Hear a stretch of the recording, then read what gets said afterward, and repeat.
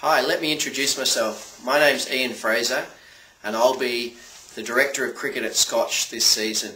I'm using video because I think that it's a good way for us to develop a common language to talk about the game of cricket. And I think that's going to be important as we progress through the year. So why this program? Well, it's a great opportunity for us all to develop our cricket and to start pursuing the game in a way that allows us all to get better. It's also a great experience that we'll have as we play more matches and we get better at our cricket. Teaming, you'll work with a number of different players and coaches, and that's all part of your development as a person. So how are we going to get this program to work? Well, we're going to look to go beyond fear, to see cricket as an opportunity to express yourself rather than as a threat. We're going to look for accountability, for you to take accountability for your own actions and responsibility for those. And we'll start to look at influencing, which is about leading and being able to influence others and their effect on a game of cricket. So when? October we'll start with the seniors and the first term for the rest.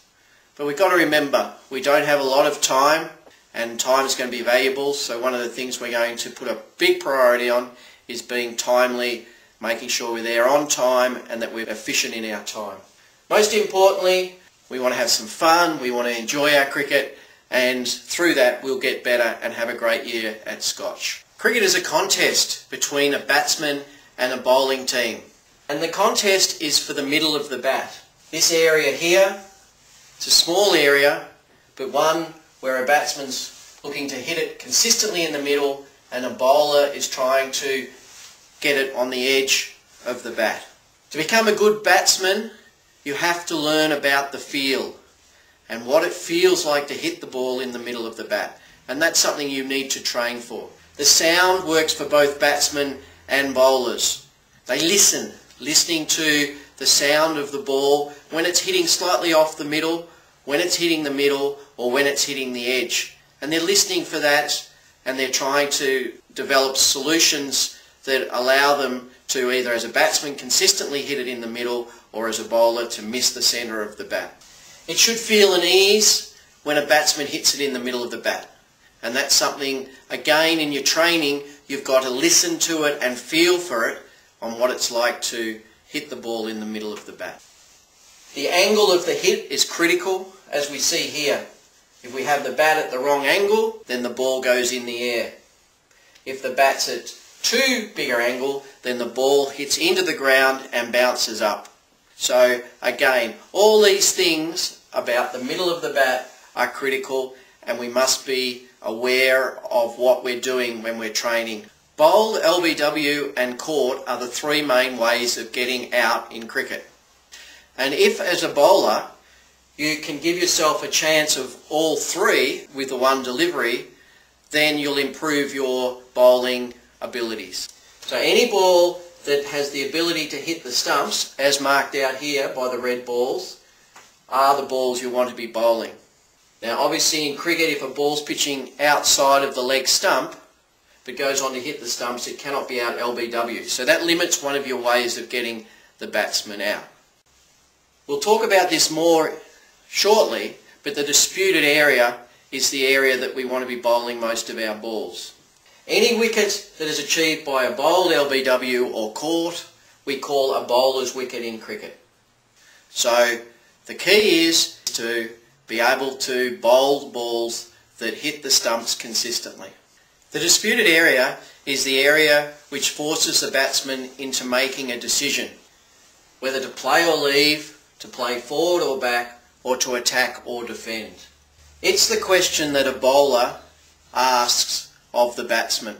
And the more balls he can bowl into this area, which forces a decision, the chances of getting a wicket increase. Now for batting, the ability is to make this area of dispute smaller and smaller. And as you get better at batting, this becomes smaller to the point where it becomes a little area which forces a bowler to be very, very accurate. And this is the contest of cricket.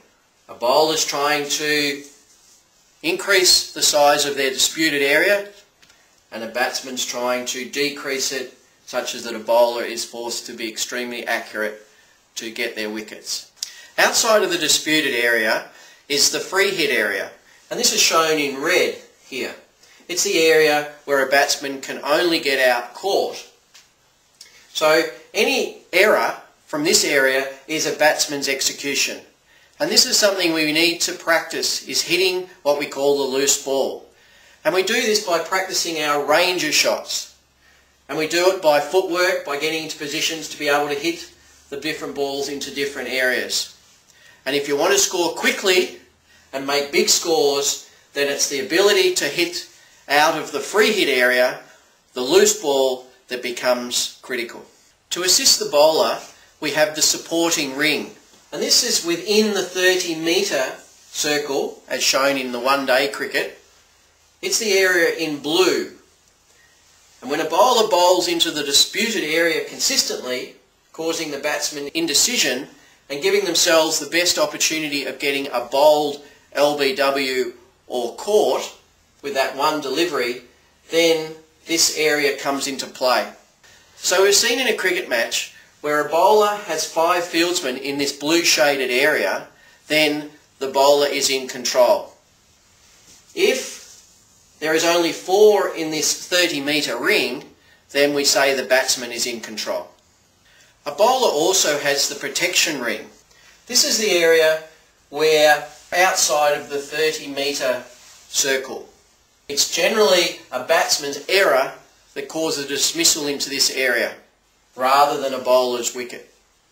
If a bowler is consistently bowling into the free hit area, or what we call bad bowling, then this area becomes very difficult to set. And as the old saying says, you can't set fields for bad bowling. If the bowler's bowling into the disputed area, then this becomes relevant in that behind square the fields become finer, and in front of square then your field straightens up. Now if there's 5 fieldsmen in this area, then we say the batsman's in control. If there's 1, then we can say the bowler's in control. So again, it's a good guide to how a cricket match is setting up. To develop your cricket, you also need to develop a system of thinking. Cricket's a game of one ball.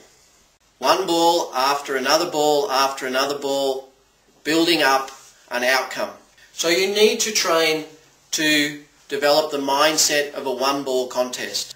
Not the one before, not the one after, just this ball. And this is critical to the game of cricket, and something that's very hard to develop, and something that you're going to have to work on. Cricket's also a game of downtime. There's a lot of time when action isn't happening, and the mind can play tricks during this time. So you have to practice to be able to, during this time, not get caught up in destroying your ability to play the one-ball contest. Concentration and competitiveness go together. That's the ability to be able to do one ball after one ball, time after time. And the competitiveness is to want to be in the middle, to be competing against your opponents. And again, these things you have to practice. In our training this year, we'll look closely at the laws, because the laws control how we develop the skills. We'll also look at John Wooden's pyramid. This was a success model built back in 1934 that stood the test of time and gives us a good framework on which to develop our success model for Scotch this year.